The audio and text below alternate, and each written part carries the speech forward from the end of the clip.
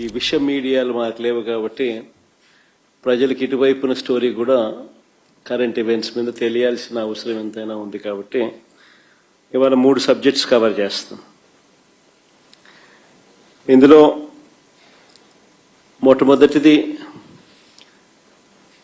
ఎరువులు దొరక్క రైతులు ఎదుర్కొంటా ఉన్న సమస్యలు.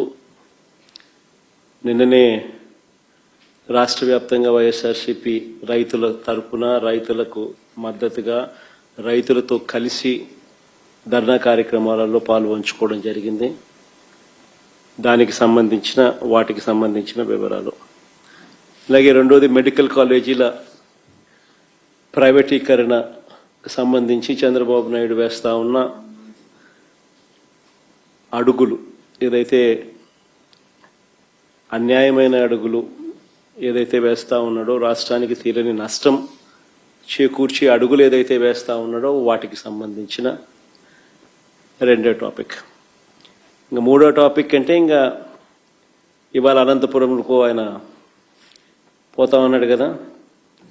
సూపర్ 6 సూపర్ 7 ఆల్రెడీ చేసేసాము, ఆల్రెడీ సూపర్ హిట్ అని అంటూ ఏ రకంగా ప్రజలను తన అబద్ధాలతో మోసాలతో ఏ రకంగా తాను ప్రజలకు అన్యాయం చేస్తూ ఉన్నాడు అనే దాని మీద మూడవ అంశం. సో బై అండ్ లార్జ్ ఈ 3 అంశాల మీద ఈరోజు మీ అందరి ద్వారా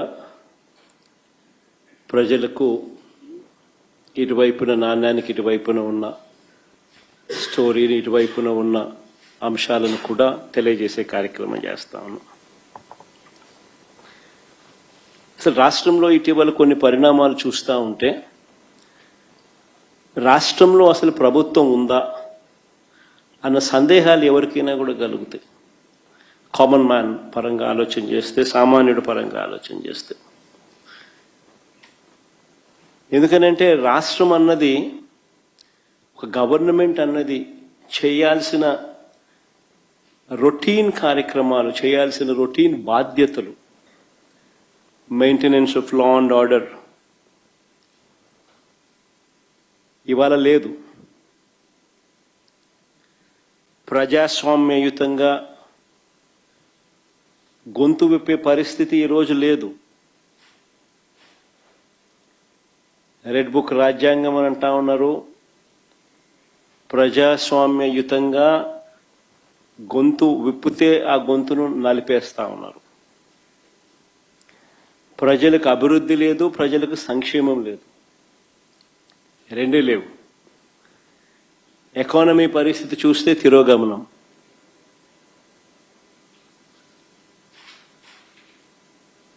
దేశంతో కంపేర్ చేస్తే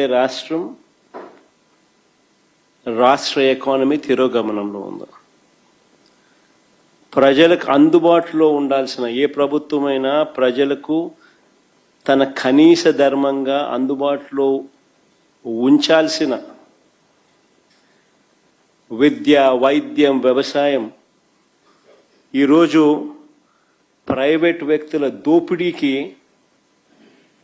ఈరోజు మన కళ్ళ ఎదుటే గురవుతా ఉన్నాయి.